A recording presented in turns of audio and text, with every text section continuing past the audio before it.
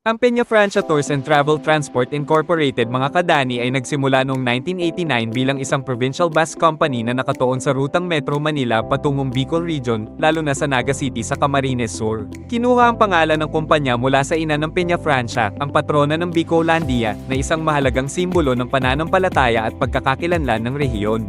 Sa mga unang taon ng operasyon nito mga kadani, nakilala ang Peña Francia Tours bilang isa sa mga premium o luxury bus operators na bumibiyahe papuntang Bicol. Nag-alok ito ng mga air-conditioned at mas komportableng bus para sa mahahabang biyahe mula Maynila patungong Camarines Sur, Albay, Sorsogon, at iba pang bahagi ng Region 5 dahil dito, mabilis itong nakilala ng mga pasaherong bumiyahe sa rutang Bicol. Habang lumalaki ang demand sa biyahe ng Manila hanggang Bicol, patuloy na nagdagdag ang kumpanya ng mga unit at pinalawak ang mga ruta nito. Naging isa ito sa mga regular na opsyon ng mga pasahero, lalo na tuwing peak season gaya ng pista ng Peña Francia sa Naga City. Noong June 2011 mga kadani, nabili ng Bicol Isarog Transport System Incorporated mula sa magkapatid na sina Ginoong Bonifacio L. Cook Jr. at Ginoong Bonifacio Brian L. Cook, ang holdings at prangkisa ng Peña Francia Tours. Sa kabila nito, hindi nawala ang pangalan ng Peña Francia at nagpatuloy itong gamitin bilang hiwalay na bus brand sa ilalim ng parehong grupo. Mula noon, naging bahagi na ito ng mas malaking network ng Manila hanggang Bicol operations. Hanggang sa kasalukuyan mga kadani, patuloy pa ring bumibiyahe ang Peña Francia Tour sa mga rutang Maynila papuntang Naga, Legazpi, Sorsogon, at iba pang lungsod sa Bicol at nananatiling isa sa mga kilalang pangalan sa provincial bus service papuntang rehiyong iyon.